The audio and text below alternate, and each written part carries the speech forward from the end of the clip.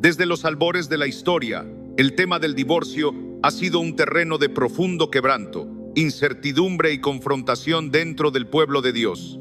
Para muchos, la disolución de un matrimonio no ha sido solo un evento legal o emocional, sino una herida que cala hondo en el espíritu, dejándolos con la sensación de haber fracasado no solo ante su cónyuge, sino ante el mismo Dios.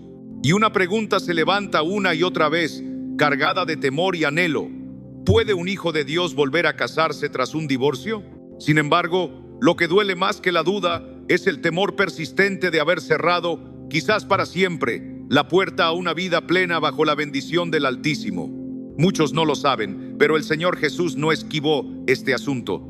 No guardó silencio, ni se limitó a dictar juicio. Con voz firme y mirada compasiva, Él lo enfrentó con claridad y misericordia. En el Evangelio según Mateo, capítulo 19, encontramos la conversación más directa de Jesús respecto al divorcio. Como era su costumbre, los fariseos se acercaron no con corazones dispuestos a aprender, sino con intenciones de ponerlo a prueba. ¿Es lícito al hombre repudiar a su mujer por cualquier causa?, preguntaron, deseando atraparlo en disputas legales. Pero el Hijo de Dios, con sabiduría que trasciende toda comprensión humana, no se enredó en sus razonamientos terrenos ni en interpretaciones legales. Su respuesta no se basó en argumentos, sino en el eterno propósito del Creador.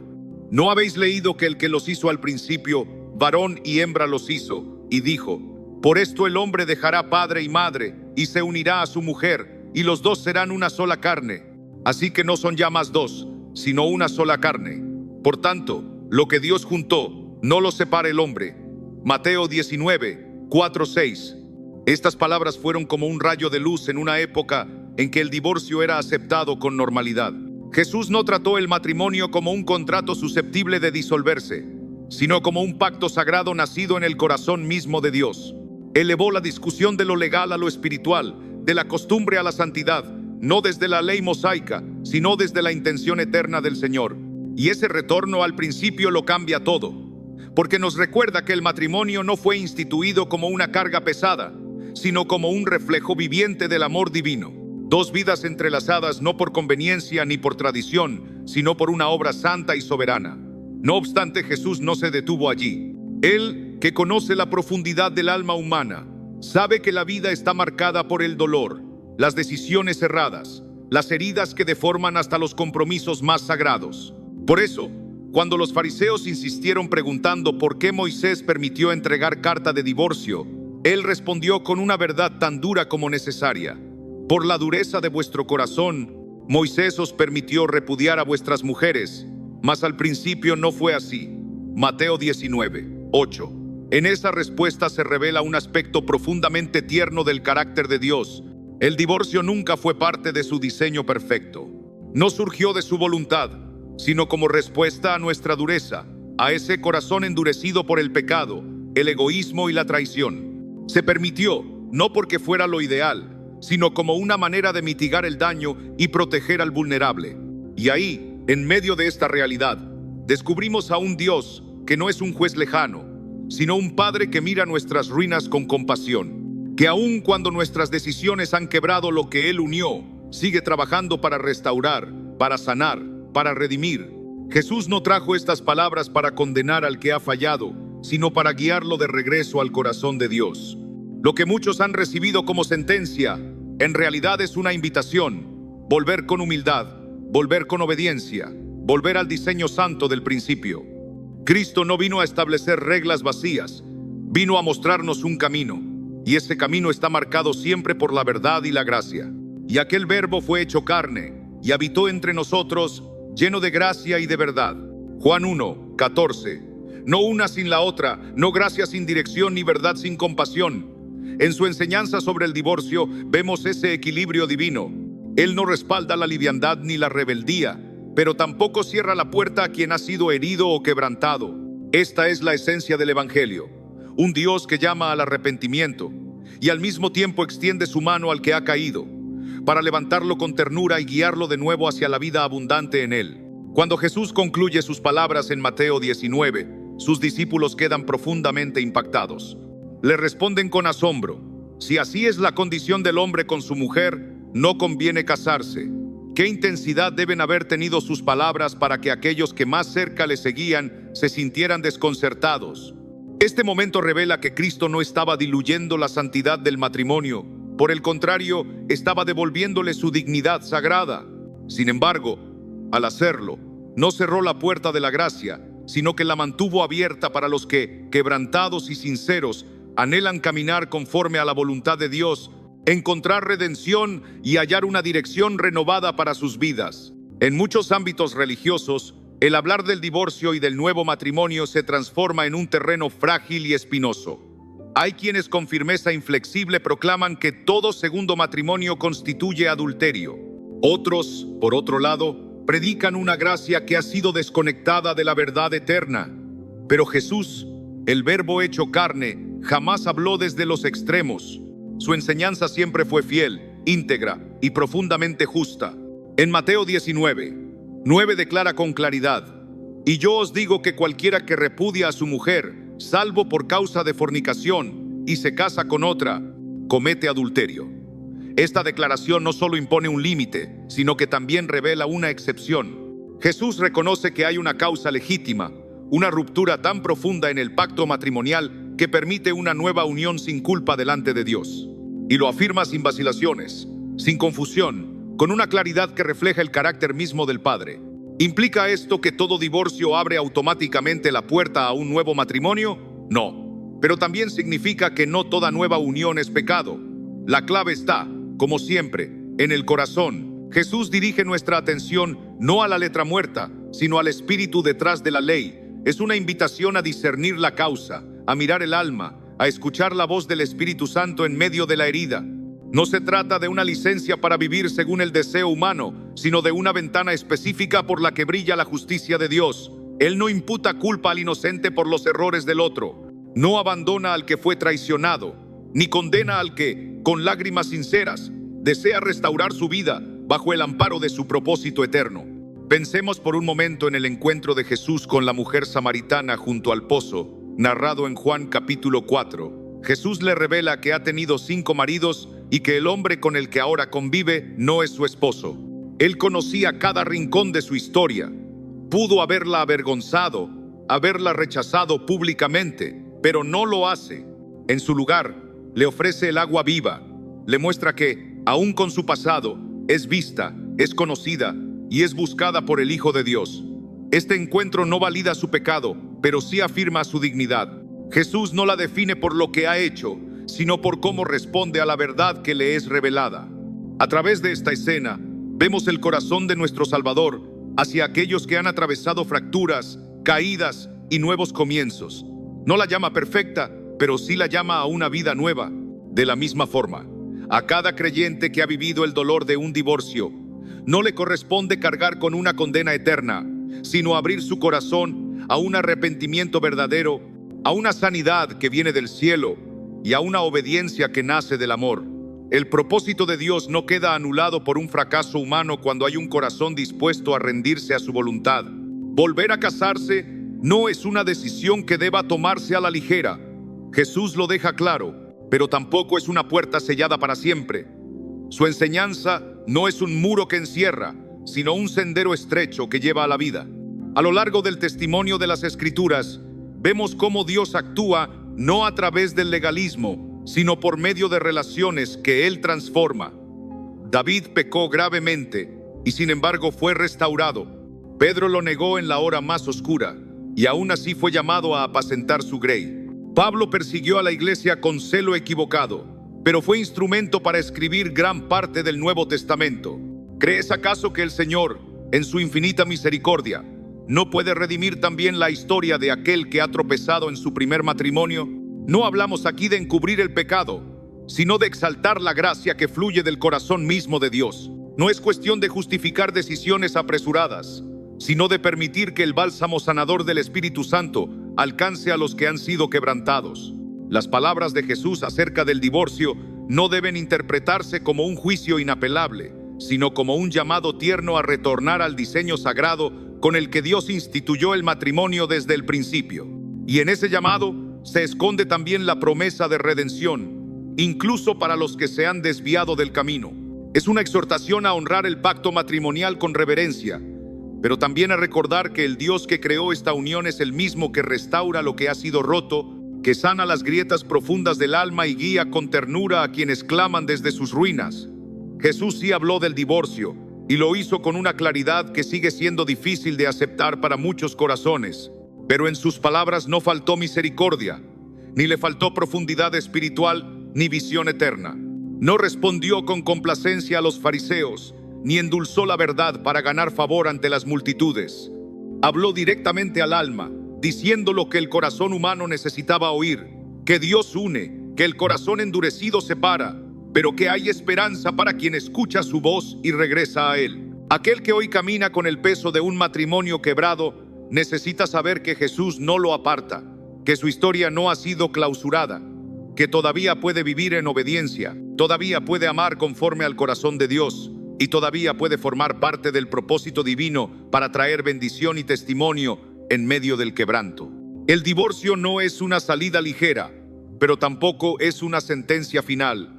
Es una herida que puede ser tocada por las manos del sanador. Es un capítulo doloroso que puede concluir con perdón y reiniciarse bajo la dirección del Espíritu. Por ello, antes de señalar o condenar, es necesario que volvamos al corazón de Cristo, a la manera en que Él miraba, hablaba y tocaba la verdad, sin nunca dejar de extender la gracia. Allí, en esa mirada, encontramos una respuesta que no nace del legalismo ni del sentimentalismo humano, sino de la sabiduría eterna de aquel que instituyó el matrimonio desde el Edén. Y cuando caminamos con Él, incluso tras haber caído, descubrimos que la redención no es solo una idea lejana, es una realidad viva que transforma al quebrantado, una promesa que jamás se anula, un amor que nunca se acaba. Cuando Jesús habló del divorcio, no solo reafirmó el carácter sagrado del vínculo matrimonial, sino que también reveló una verdad profundamente espiritual que por siglos ha sido mal comprendida o, en muchos casos, ignorada por completo.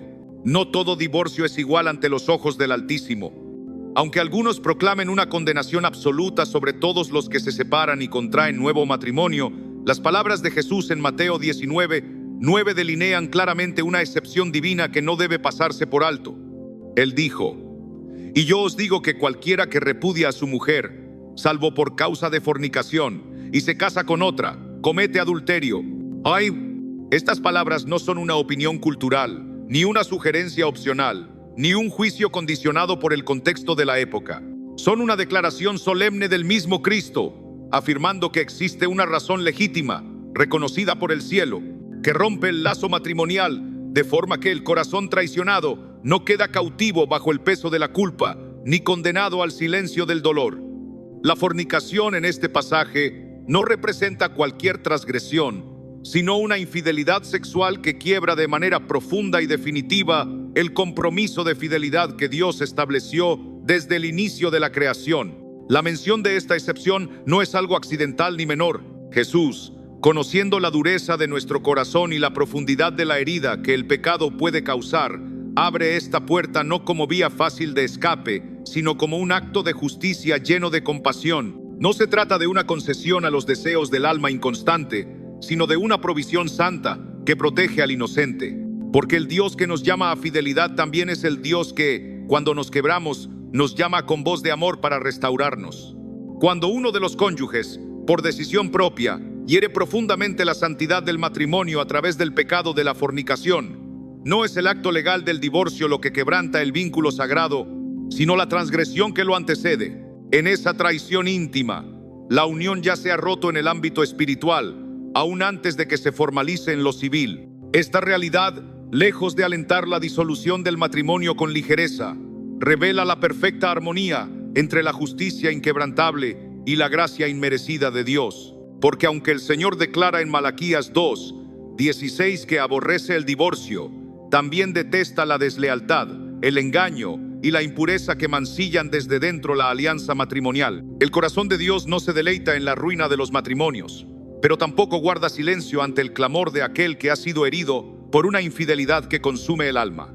Su palabra no pasa por alto ese dolor, y su ley no exige que se mantenga un pacto que ya ha sido destruido por la rebeldía consciente del otro. Comprender esta excepción no es distorsionar el mensaje del Evangelio, sino abrazar la profundidad del amor y la verdad de Cristo. No se puede hablar con fidelidad sobre el divorcio sin tener en cuenta esta enseñanza del Señor Jesús.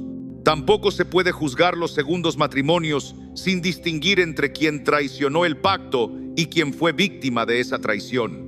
La doctrina que nace de las Escrituras no es una serie de mandamientos fríos, desconectados del carácter de Dios.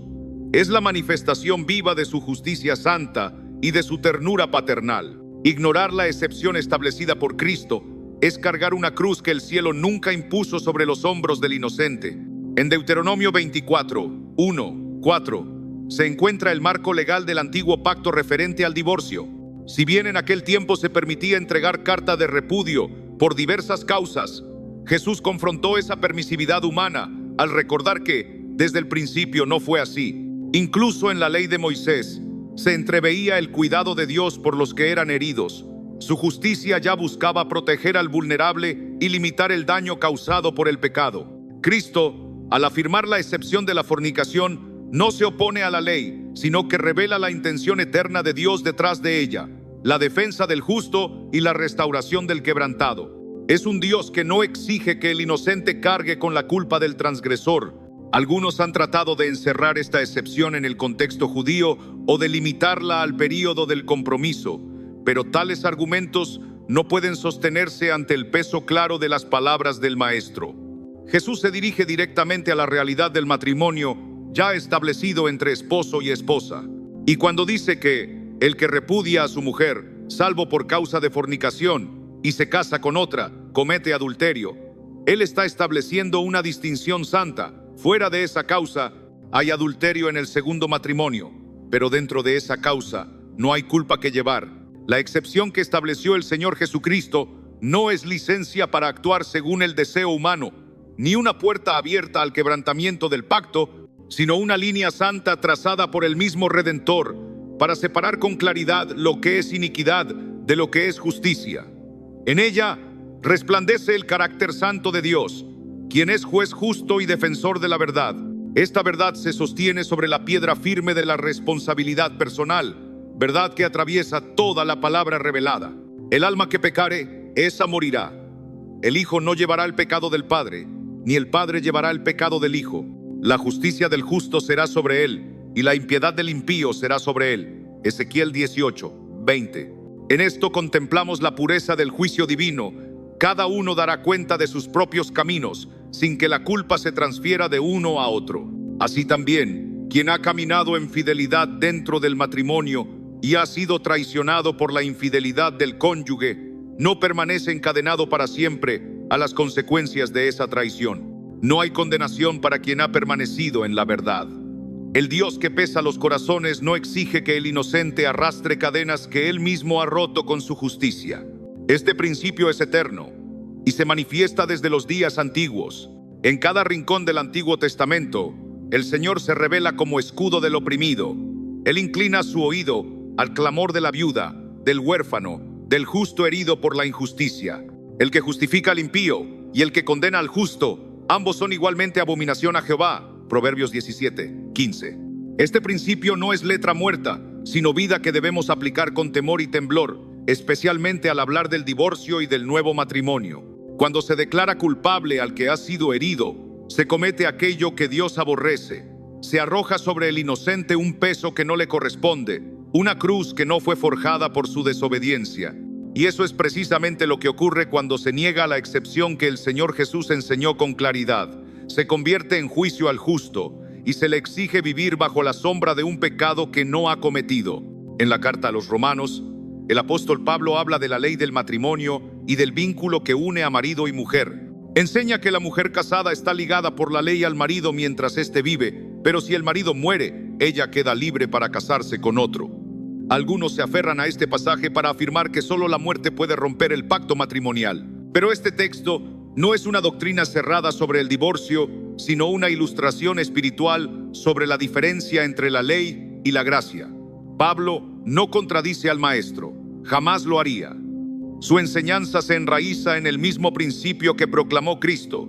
Hay circunstancias profundamente dolorosas en las que el vínculo se quiebra, no por decisión caprichosa del hombre, sino por el pecado que lo ha profanado. El Señor Jesús, como autoridad suprema, introdujo la excepción por causa de fornicación. Y esa excepción no puede ser ignorada sin oscurecer el carácter mismo de Dios. Porque nuestro Dios es Dios de orden, sí, pero también de restauración. Es fuego consumidor que aborrece el pecado, pero también Padre tierno que protege al justo.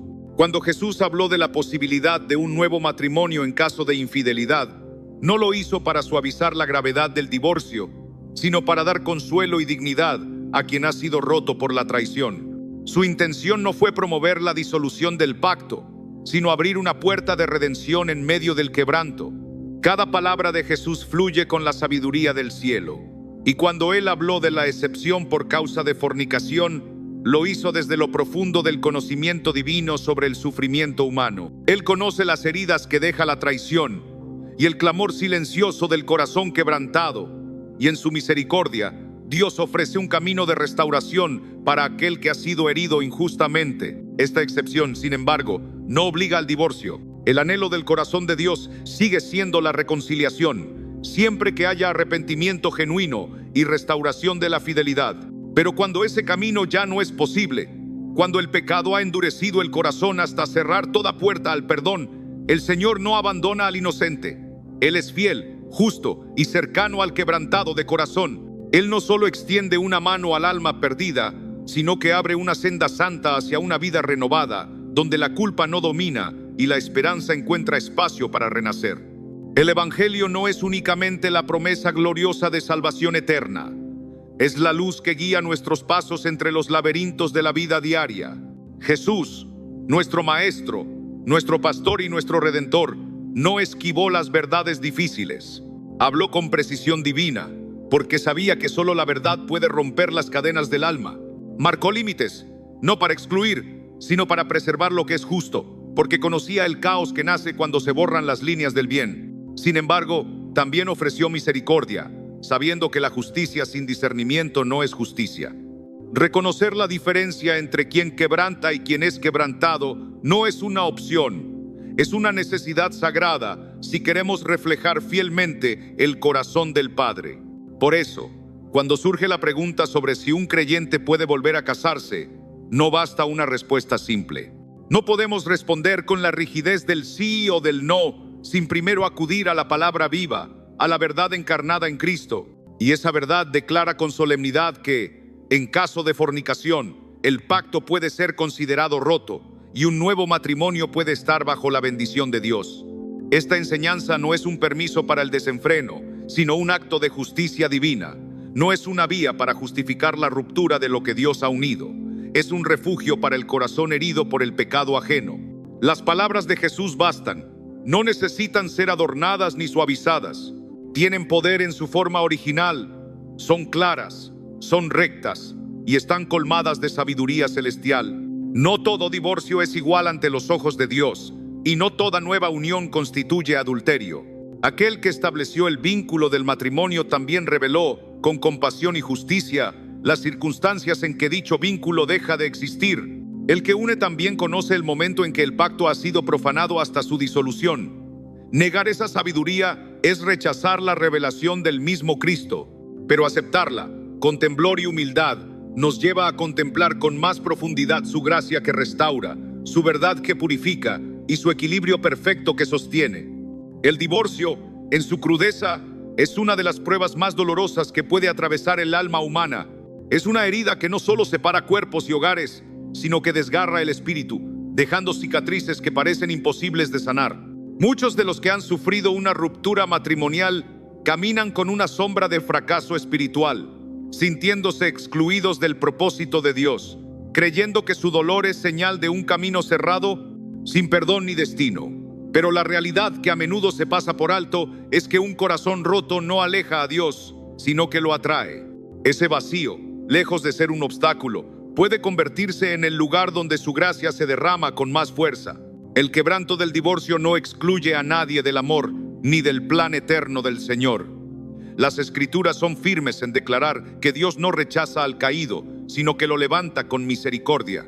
Como está escrito en el Salmo 34, 18, cercano está Jehová a los quebrantados de corazón y salva a los contritos de espíritu. Esta palabra no es solo consuelo, es una promesa viva de intervención divina. Aquel que cuenta cada lágrima también extiende su mano sanadora al corazón herido. Cuando un matrimonio se rompe, no solo se deshace un contrato civil, sino un pacto espiritual profundo, cuyos ecos resuenan en cada rincón de la existencia. Pero incluso en medio de ese colapso, el Señor no permanece ausente. Él se acerca, no para pronunciar juicio irremediable, sino para tocar con compasión restauradora aquello que el dolor ha devastado. Uno de los errores más comunes dentro de la mirada espiritual sobre el divorcio es creer que esa ruptura significa una salida definitiva del plan de Dios. Pero esa idea contradice el testimonio de las Escrituras. Desde el Génesis hasta el Apocalipsis, la historia de la redención está tejida con vidas rotas que fueron sanadas, con caídas que no anularon llamados, con fracasos que no borraron destinos eternos. El pecado, por profundo que sea, no invalida la obra de Dios. El dolor, por fuerte que golpee, no destruye su propósito. El que cae puede volver a levantarse, y aquel a quien el mundo rechaza puede ser reinstaurado por Dios en honra y servicio. Cuando nuestro Señor Jesucristo descendió al mundo, no vino tras aquellos que ya se creían completos, sino en busca de los quebrantados, de los que caminaban con el alma lacerada y los ojos apagados por la desesperanza. En el Evangelio según San Lucas 4:18, leyendo las antiguas palabras del profeta Isaías, proclamó con autoridad santa: El Espíritu del Señor está sobre mí, por cuanto me ha ungido para dar buenas nuevas a los pobres, me ha enviado a sanar a los quebrantados de corazón. Él no llegó para sumar cargas sobre los hombros cansados, sino para aliviarlas. No vino para condenar a los heridos, sino para vendar con ternura sus llagas abiertas. Este es el corazón del Evangelio, su esencia más pura. Es la respuesta divina al dolor humano, al alma marcada por el pecado y sus huellas. El divorcio, aunque ajeno al diseño original del Creador, no es una tierra baldía donde su gracia no pueda sembrarse. Por el contrario, en el lugar donde el alma se siente más desgarrada, es donde el amor eterno de Dios resplandece con mayor fuerza. La restauración divina no espera un terreno limpio y ordenado. Comienza justo en medio del caos, cuando todo parece desvanecerse. El Salmo 147:3 lo declara con esperanza: Él sana a los quebrantados de corazón y venda sus heridas. Esta sanidad que Dios ofrece no es superficial ni apresurada. No cubre con un velo la herida profunda, sino que entra con suavidad, transforma desde lo más íntimo y reconstruye desde los cimientos con manos de alfarero. El propósito de Dios sobre una vida no se anula por un fracaso, ni su voluntad se desvanece ante un episodio de dolor. Jeremías 29:11 lo afirma con promesa inquebrantable: Porque yo sé los pensamientos que tengo acerca de vosotros, dice Jehová, pensamientos de paz y no de mal, para daros el fin que esperáis. Esta palabra no fue pronunciada a un pueblo intachable, sino a una nación quebrantada por su rebelión, exiliada y alejada de su Dios. Y aún así, en medio de esa distancia, el Señor afirma que sus pensamientos siguen siendo de bien y que su final prometido no ha sido retirado. Si esto fue cierto para un pueblo que se apartó, ¿cuánto más lo será para aquel hijo o hija que aún en medio de la fractura matrimonial sigue buscando honrar a Dios con sinceridad en su corazón? El dolor del divorcio no debe convertirse en una prisión del alma, ni en una cadena perpetua de vergüenza, ni en un argumento usado para excluir o descalificar a quien, con espíritu quebrantado y corazón dispuesto, anhela servir y caminar conforme a la voluntad del Altísimo. La Escritura no presenta un camino reservado para los impecables, sino una senda abierta para quienes claman por restauración. En Isaías 61:3 se revela el obrar del Mesías, manto de alegría en lugar de espíritu angustiado.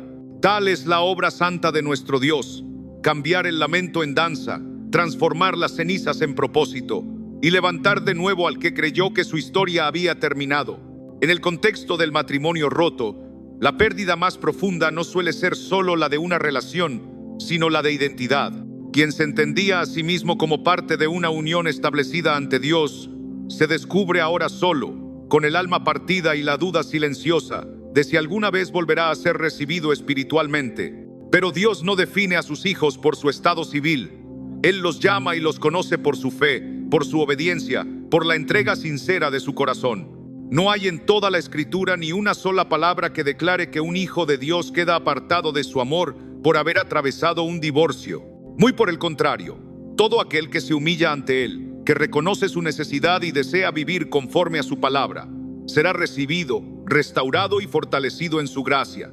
El apóstol Pablo, escribiendo a una comunidad de creyentes marcada por conflictos, divisiones y pecado, la iglesia de Corinto, les recordó una verdad que aún resuena con poder hoy. De modo que si alguno está en Cristo, nueva criatura es. Las cosas viejas pasaron, he aquí todas son hechas nuevas. 2 Corintios 5, 17. Esta declaración no deja margen para excepciones ocultas. No dice que todo es hecho nuevo excepto el pasado matrimonial. Dice que todas las cosas son hechas nuevas. Eso incluye el corazón quebrado, el presente incierto y el futuro esperanzador de quien ha atravesado una ruptura con lágrimas, pero con fe. El nuevo comienzo no es una ilusión piadosa, es una realidad sustentada por la palabra viva de Dios. No negamos que el divorcio trae consigo consecuencias, pero afirmamos con plena convicción que ninguna de esas consecuencias se eleva por encima del poder redentor del Señor. Si los pecados más oscuros pueden ser perdonados, si la cruz fue suficiente para borrar toda culpa, entonces también lo es para restaurar al que ha sufrido una separación. La epístola a los Romanos 8, uno lo proclama con autoridad celestial. Ahora pues, ninguna condenación hay para los que están en Cristo Jesús. No pretendemos restar gravedad al dolor que provoca un divorcio, sino exaltar la gracia que fluye inagotable desde el corazón de Dios. Porque allí donde la herida parece definitiva, la redención de Cristo revela un camino más alto. Aquellos que ahora caminan en comunión con Jesús no viven bajo condenación, sino bajo el amparo de su sacrificio, bajo la cobertura de una misericordia que restaura sin reservas. La restauración que Él ofrece no se limita a un momento de perdón. Es un caminar constante hacia la sanidad, una obra profunda donde se afirma la identidad como hijos, se renueva el propósito eterno y se levanta lo que había caído. El Espíritu Santo opera allí donde todo parece perdido. Él toma los fragmentos de una vida quebrantada y, con ternura divina, los convierte en un testimonio palpable de la fidelidad de Dios. Así lo afirmó el apóstol Pablo en Filipenses 1, 6. Estando persuadido de esto, que el que comenzó en vosotros la buena obra, la perfeccionará hasta el día de Jesucristo. Aun aquel que ha atravesado el valle del divorcio sigue siendo parte de esa buena obra. La promesa de Dios permanece inmutable. El proceso de gracia no se detiene. Dios no abandona lo que ha iniciado con amor. No podemos tratar el tema del nuevo matrimonio sin primero afirmar esta verdad que lo sustenta todo. El amor del Señor no se aparta después del sufrimiento.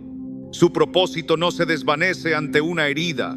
Y el futuro de un creyente no se anula por una sentencia humana. El divorcio, por doloroso que sea, no tiene el poder de anular el llamado que Dios, en su soberanía, ha escrito desde antes de la creación. Efesios 2, 10 proclama con claridad: porque somos hechura suya, creados en Cristo Jesús para buenas obras, las cuales Dios preparó de antemano para que anduviésemos en ellas.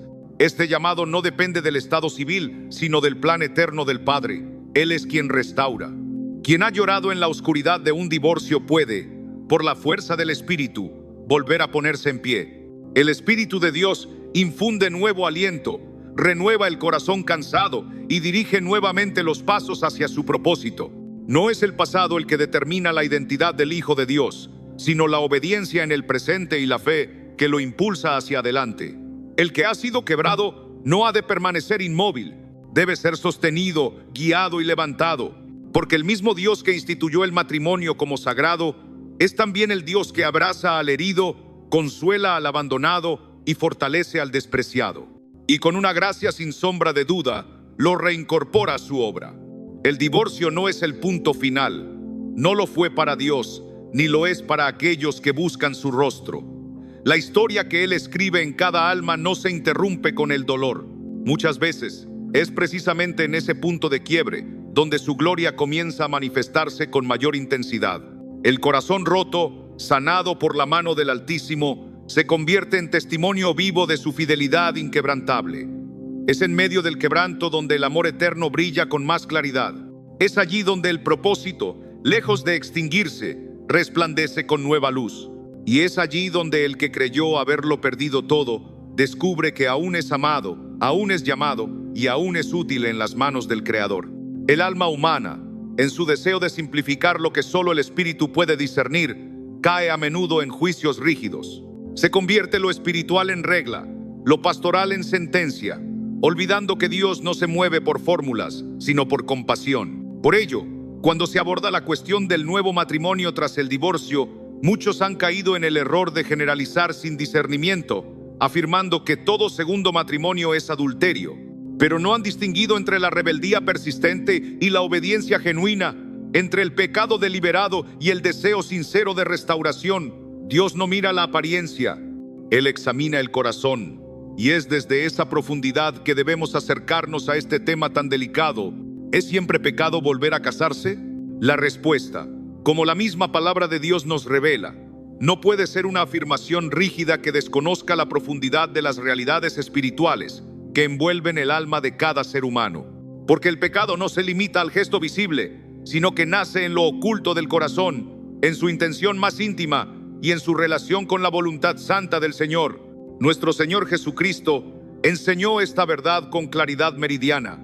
El adulterio no se origina en el acto físico, sino que toma raíz en los pensamientos del corazón. Por tanto, hablar de un nuevo matrimonio sin considerar el estado interior del alma, sin examinar la obediencia a Dios, el fruto del arrepentimiento y la genuina búsqueda de su verdad, es desfigurar las enseñanzas del Maestro, reduciéndolas a una sombra que no honra ni su justicia ni su gracia. Las Escrituras hablan con fuerza sobre la santidad del matrimonio. Leemos en Hebreos 13, 4. Honroso sea en todos el matrimonio y el lecho sin mancilla, pero a los fornicarios y a los adúlteros los juzgará Dios. Este versículo no emite una condena indiscriminada sobre cada segundo matrimonio, sino que dirige su juicio hacia aquello que corrompe lo sagrado, la impureza, la deslealtad, la mentira que profana aquello que Dios ha instituido como santo. Y esta corrupción no siempre está en el hecho de volver a unirse, sino muchas veces en lo profundo de la motivación, en el desprecio a la verdad, en un espíritu altivo que no se postra ante la dirección del Altísimo. No se puede utilizar la verdad revelada de Dios como un arma para condenar sin la luz del discernimiento. Eso no es justicia divina, eso es legalismo. Nuestro Señor reprendió severamente tal actitud en los fariseos al decirles: «Ay de vosotros, escribas y fariseos, hipócritas, porque diezmáis la menta y el eneldo y el comino, y dejáis lo más importante de la ley, la justicia, la misericordia y la fe». Mateo 23, 23. La justicia que proviene de Dios no es una simple aplicación de normas, sino una obra del Espíritu en corazones dispuestos, una mirada que reconoce la verdad con compasión, con sabiduría del cielo, con reverencia y temor santo. La misericordia no cancela la verdad, pero la verdad carente de misericordia no revela el corazón de Cristo. Volver a casarse no es, en sí mismo, un pecado, si ese nuevo lazo nace de un corazón contrito, de un anhelo auténtico de caminar conforme a la voluntad de Dios, y si existe una libertad bíblica clara para dar ese paso. El peligro no está en el nuevo comienzo, sino en las motivaciones que lo impulsan. Cuando el corazón se endurece, cuando las advertencias del Espíritu son desoídas, cuando se persigue una unión como pretexto para mantener una vida de rebelión. Pero si el alma ha sido quebrantada en la presencia del Señor, si ha pasado por el fuego del arrepentimiento, si ha buscado dirección en la palabra y ha hallado paz en la guía del Espíritu Santo, entonces ese paso no puede considerarse impío. La impiedad está en persistir en el mal con arrogancia, no en reconstruir con humildad, bajo la mano de Dios.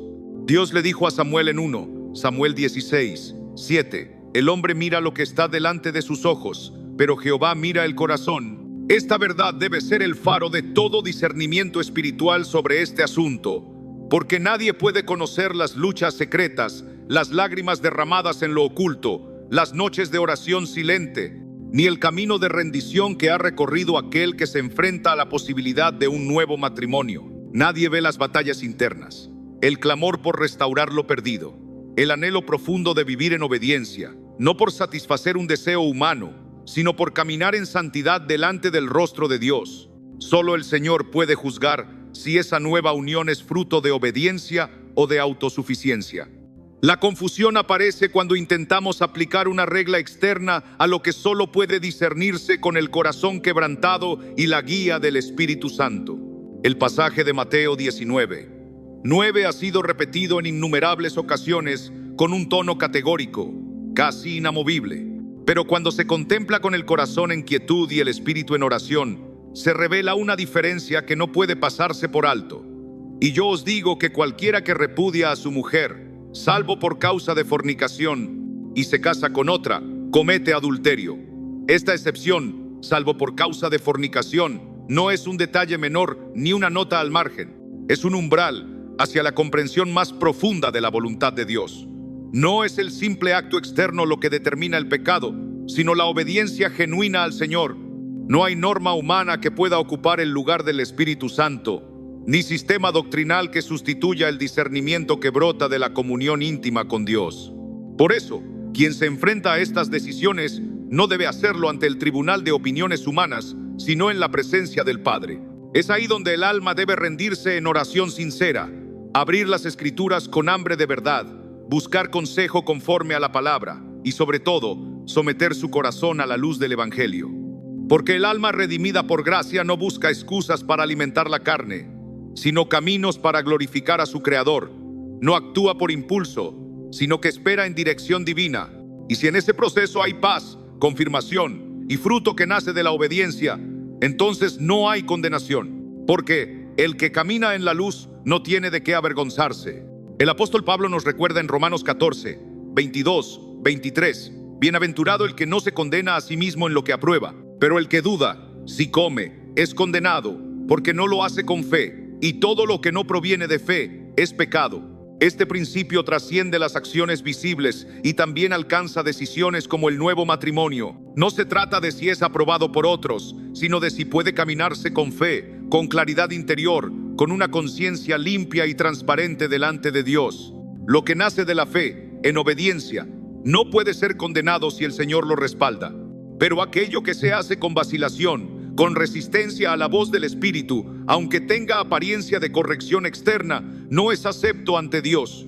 Muchos han vivido aprisionados no por el peso del pecado, sino por el miedo. Han llevado consigo una ansiedad silenciosa, preguntándose si un nuevo comienzo los alejaría del propósito divino. Pero el temor no es el idioma del reino. En 2 Timoteo 1:7 se nos recuerda que Dios no nos ha dado espíritu de cobardía, sino de poder, de amor y de dominio propio. Esto no es licencia para actuar con liviandad, sino un llamado a no quedar inmóviles por el temor al error, si de verdad se ha buscado a Dios con integridad de corazón. Porque el miedo que no nace del temor reverente, sino de la confusión, no proviene del Espíritu de Dios. Y el Espíritu Santo es fiel para guiar paso a paso a quienes se entregan a su dirección, incluso cuando los caminos elegidos sean mal comprendidos por los demás. No es el qué, sino el por qué. No es el acto visible, sino la intención que lo sostiene. No es la forma, sino la raíz espiritual lo que define el peso eterno de una decisión. Un nuevo matrimonio puede ser reflejo de rebeldía, pero también puede ser fruto de redención. Puede nacer del orgullo o puede brotar del quebranto. Puede ser la consecuencia de un autoengaño o el resultado de una búsqueda sincera de restauración. La diferencia no está en la acción, sino en el corazón. Y ese corazón, solo Dios lo conoce, lo escudriña, lo limpia. Cuando Jesús tocaba un alma, no lo hacía a medias. Su restauración era total.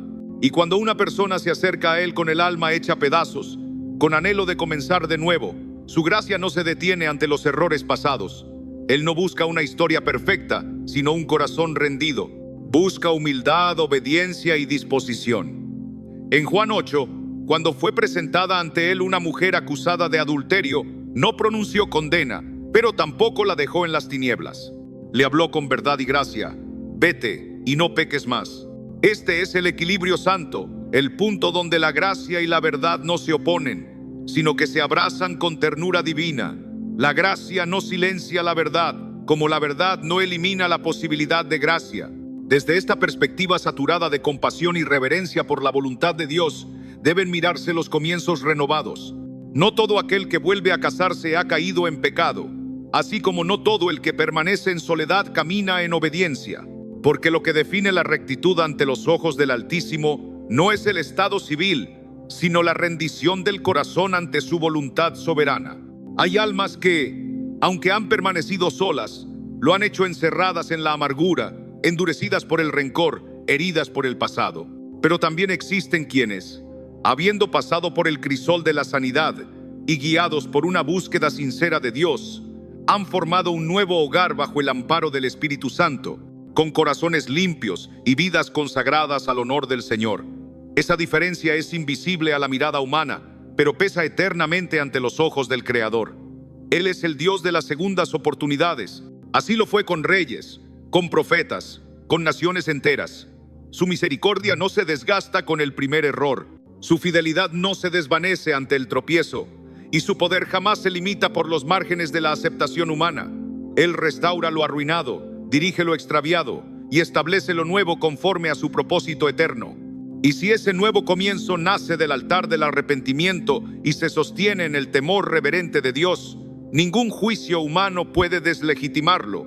Porque si el Señor ha dicho sí, ¿quién se atreverá a decir no? Y si su presencia camina junto a esa unión, entonces hay dirección, hay bendición, hay redención. Todo lo que Dios ha hecho, desde la caída del hombre hasta la cruz de Cristo, tiene un mismo latido: restaurar lo que fue quebrado, redimir lo que fue contaminado y abrir un nuevo camino allí donde todo parecía perdido.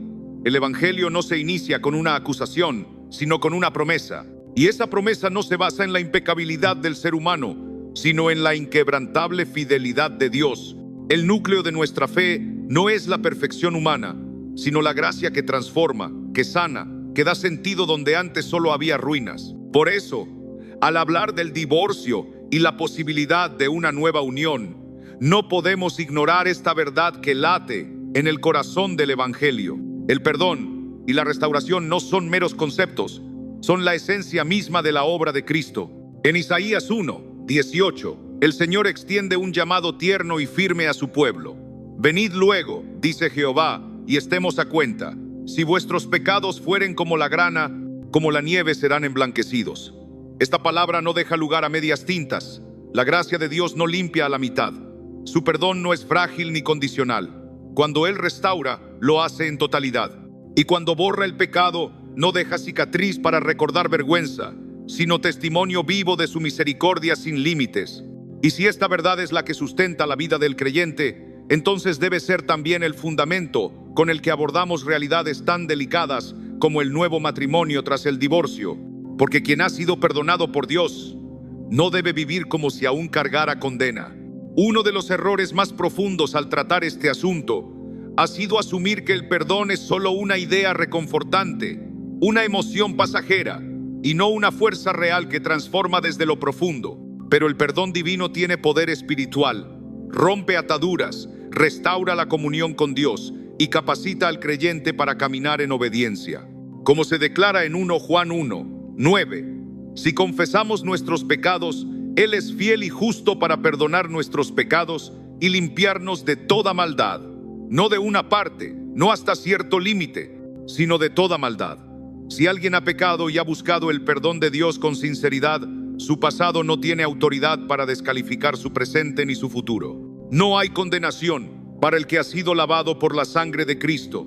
No existe sentencia que pueda prevalecer sobre aquel que ha sido justificado por gracia.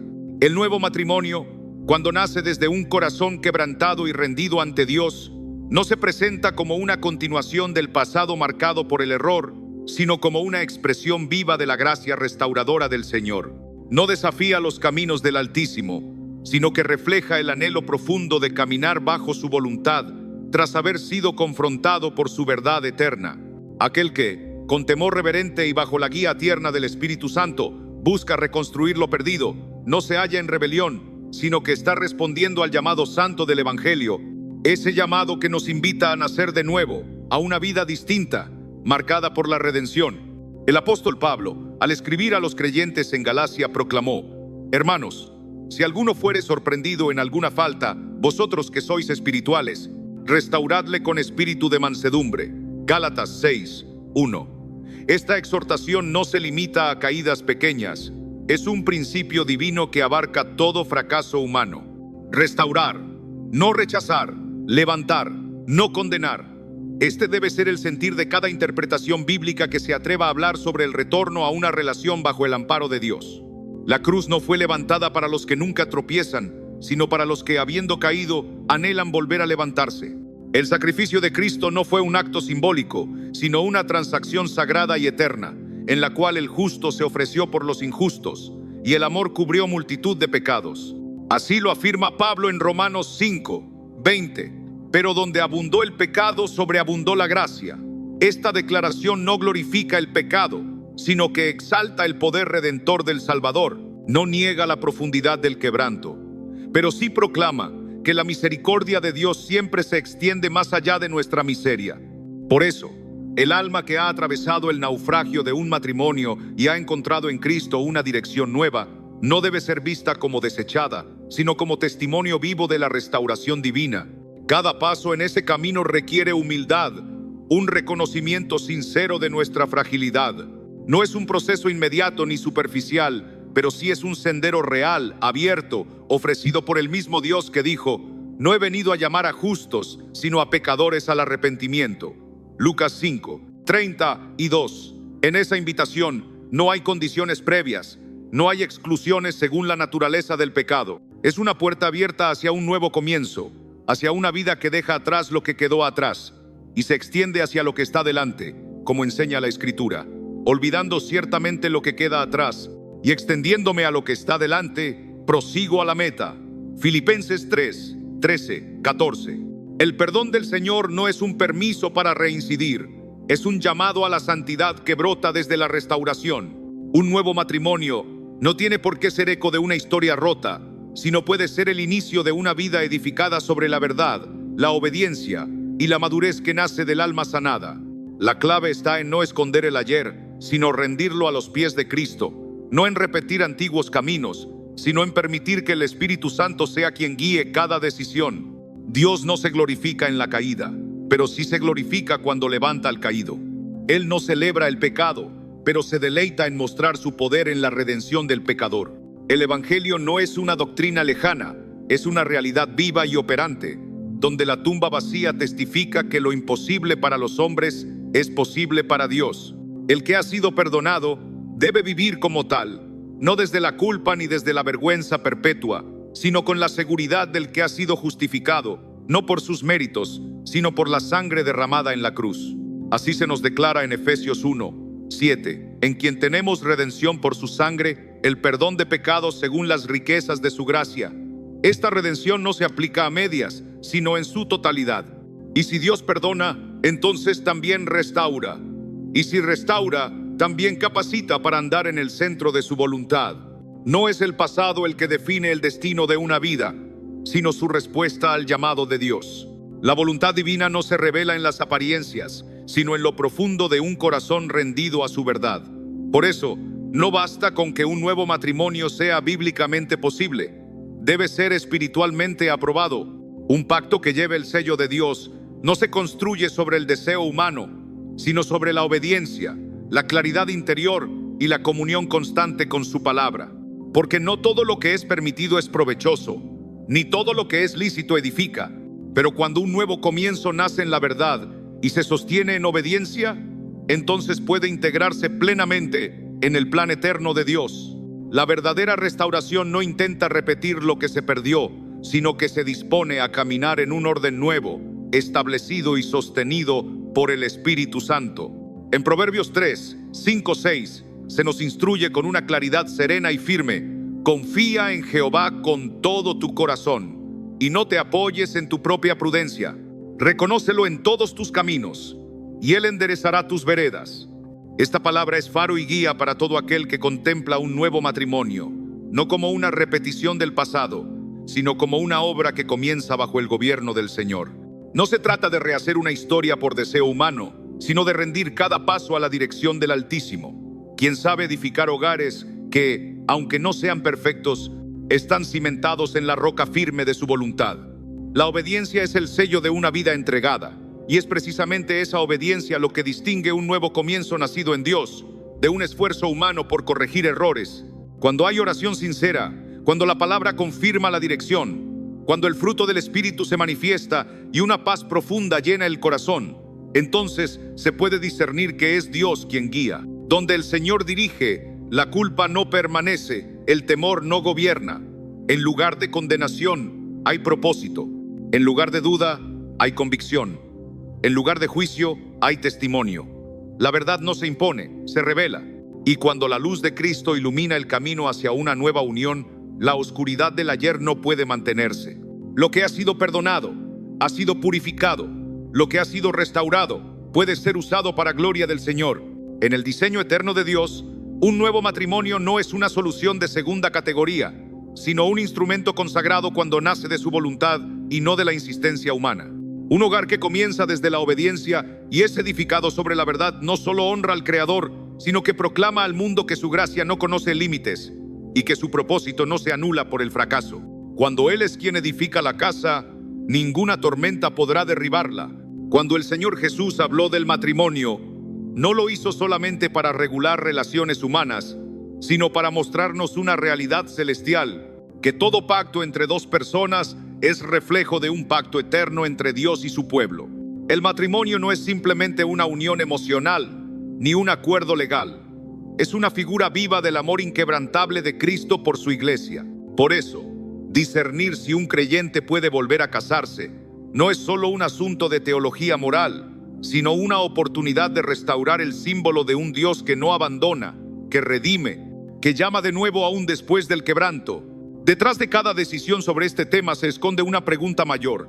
¿Qué imagen de Dios estamos reflejando? Porque la manera en que hablamos del perdón, de la restauración y de la posibilidad de una nueva unión no afecta solamente a quien ha caído, sino al testimonio que ofrecemos del Dios en quien creemos. Si proyectamos a un Dios que jamás concede una segunda oportunidad, tergiversamos el mensaje del Evangelio.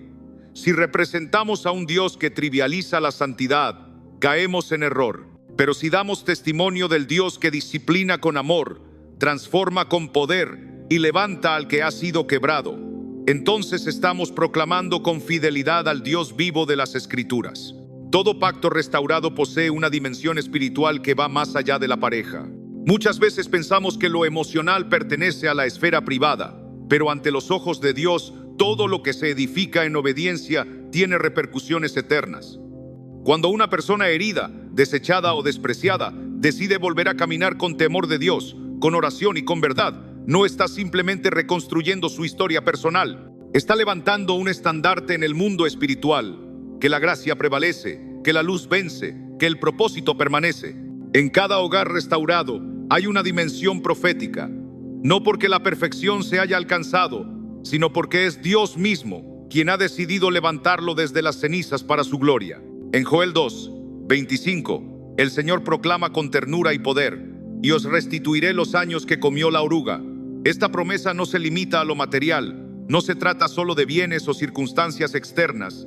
Es una promesa que alcanza las profundidades del alma, el tiempo perdido, las lágrimas que fueron sembradas en secreto, las esperanzas que parecían haber sido enterradas para siempre. Dios es capaz de devolver el gozo donde antes hubo desolación, de levantar una historia nueva allí donde todo parecía haberse terminado. No lo hace por obligación, sino porque su gloria se manifiesta precisamente en la vida de aquellos que se atreven a creerle más allá de su pasado. El nuevo matrimonio, cuando se edifica sobre la obediencia, no es un parche temporal sobre una herida mal sanada. Es un altar sagrado, un lugar donde Dios establece de nuevo su pacto eterno, no solo entre dos personas, sino con su propósito celestial. En ese altar, lo que antes fue motivo de vergüenza se transforma en testimonio. Lo que fue ruina se convierte en plataforma, porque el Señor no restaura simplemente para consolar. Él restaura para enviar, para usar, para revelar al mundo que lo que Él une, Él mismo lo sostiene con su fidelidad. Así que la verdadera pregunta no es únicamente si un cristiano puede volver a casarse. La pregunta más profunda es: ¿puede Dios volver a escribir una historia gloriosa con alguien que ha sido quebrantado? Y la respuesta, con toda certeza, es sí. Sí, no porque el dolor se ignore, sino porque ha sido redimido. Sí, no porque el pasado se borre, sino porque ha sido vencido por el poder de la cruz. Porque esa es, en esencia, la historia del Evangelio. Un Dios que toma lo que está roto y lo hace nuevo. Y en ese nuevo comienzo hay algo más que una segunda oportunidad. Hay un testimonio vivo, palpitante, eterno, de que su amor no falla, de que su gracia no se agota, de que su fidelidad permanece firme aún cuando todo lo demás se ha caído. Si hoy llevas en el corazón las marcas de una historia rota, si caminas con preguntas que duelen, si te preguntas si todavía hay esperanza para ti, recuerda, no estás solo. El mismo Dios que restauró a Pedro después de negarlo, que levantó a David tras su pecado, que encontró a la mujer samaritana en medio de su confusión, hoy también te llama. Te llama a confiar, a rendirte, a comenzar de nuevo no en tus fuerzas, sino en su gracia.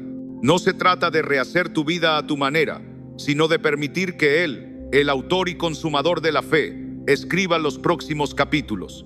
Y si hoy sientes ese llamado en lo profundo de tu alma, responde con fe. La restauración no es solo posible, es una obra que Dios anhela realizar en todo aquel que se entrega con un corazón sincero. Porque donde tú ves cenizas, Él ve belleza. Donde tú ves ruina, Él ve propósito. Donde tú ves final, Él ve un nuevo comienzo.